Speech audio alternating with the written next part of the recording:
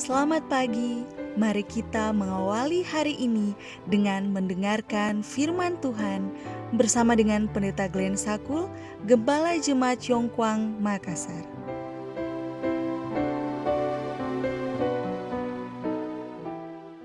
Shalom, selamat pagi. Mari kita berdoa untuk meminta hikmat dari Roh Kudus Tuhan. Ya Allah kami yang di sorga, ketika kami mendengarkan firman-Mu di pagi ini, kiranya Roh Kudus Tuhan memberikan kami hikmat dan kuasa. Di dalam nama Yesus kami berdoa. Amin. Renungan pagi 27 Maret 2021 dengan judul Kesetiaan Elisa diberi pahala. Ayat inti, setelah Elia pergi dari sana, ia bertemu dengan Elisa bin Safat yang sedang membajak dengan 12 pasang lembu, sedang ia sendiri mengemudikan yang ke-12. Ketika Elia lalu dari dekatnya, ia melemparkan jubahnya kepadanya. 1 Raja-Raja 19 ayat 19. Keterangan, Nabi Elia sudah hampir hendak mengakhiri pekerjaannya di dunia ini. Seorang yang lain harus dipanggil untuk meneruskan pekerjaan pada zaman itu. Dalam perjalanannya, Nabi Elia ditujukan ke arah utara. Kemana saja Nabi Elia memandang, tanah yang dilihatnya adalah dimiliki oleh seseorang yang tidak sujud menyembah Baal, yang hatinya telah tetap tidak bercabang dalam pekerjaan Allah. Pemilik tanah itu adalah Safat. Perhatian Nabi Elia tertarik kepada Elisa anak Safat yang bersama para hambanya sedang membajak dengan 12 pasang lembu. Elisa adalah seorang pendidik, pemimpin dan pekerja. Elisa tidak berdiam di kota-kota yang padat penduduknya. Ayahnya adalah pengelola tanah, seorang petani, jauh dari pemborosan kota dan istana. Elisa telah menerima pendidikannya.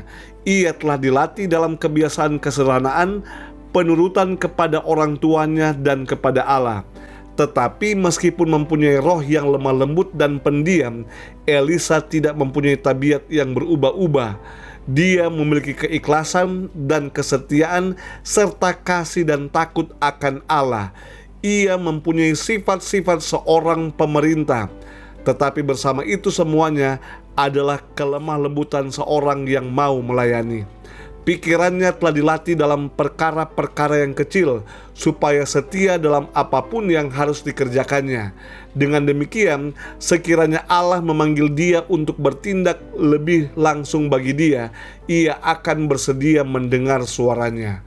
Keadaan sekeliling tempat kediaman Elisa adalah kekayaan, tetapi ia menyadari bahwa agar memperoleh suatu pendidikan yang serbaguna, ia harus menjadi seorang pekerja yang tetap dalam pekerjaan apapun yang perlu dilakukan. Ia tidak pernah menyetujui dalam hal apapun kurang pengetahuan dari hamba-hamba ayahnya. Ia telah belajar bagaimana melayani lebih dahulu agar ia dapat mengetahui bagaimana memimpin, mengajar, dan memberikan perintah. Sejak saat itu Elisa menggantikan Elia, dan ia yang setia dalam perkara yang terkecil membuktikan dirinya juga setia dalam perkara yang besar. Saudaraku yang kekasih, keteladanan yang ditunjukkan oleh Elisa, di mana ia setia melakukan setiap tanggung jawab yang dipercayakan kepadanya, baik itu dari perkara-perkara yang paling kecil sekalipun, memberikan ia kepercayaan untuk mendapatkan sesuatu tanggung jawab yang lebih besar. Kesetiaan Elisa memperoleh pahala, di mana ia menggantikan Nabi Elia yang besar itu. Mari kita setia dari perkara-perkara yang kelihatan sederhana dan kecil. Mari kita tunduk kepala dan kita berdoa. Ya Allah kami yang di sorga, kami datang kepadamu di pagi hari ini, bersyukur karena kasih karunia Tuhan yang ajaib. Tuhan telah menyertai kehidupan kami sepanjang 6 hari. Tuhan telah menjaga kami dan telah memberikan berkat-berkat kehidupan dan berkat-berkat yang ajaib untuk hidup kami. Di pagi hari ini kami menyerahkan hidup kami ketika kami akan datang sepanjang hari untuk beribadah memuliakan nama Tuhan. Terimalah kami sebagaimana kami ada, dan kiranya hati kami dipenuhi dengan sukacita dalam ibadah pada hari ini. Kami serahkan hidup kami ke dalam tangan Tuhan. Di dalam nama Yesus kami telah berdoa. Amin.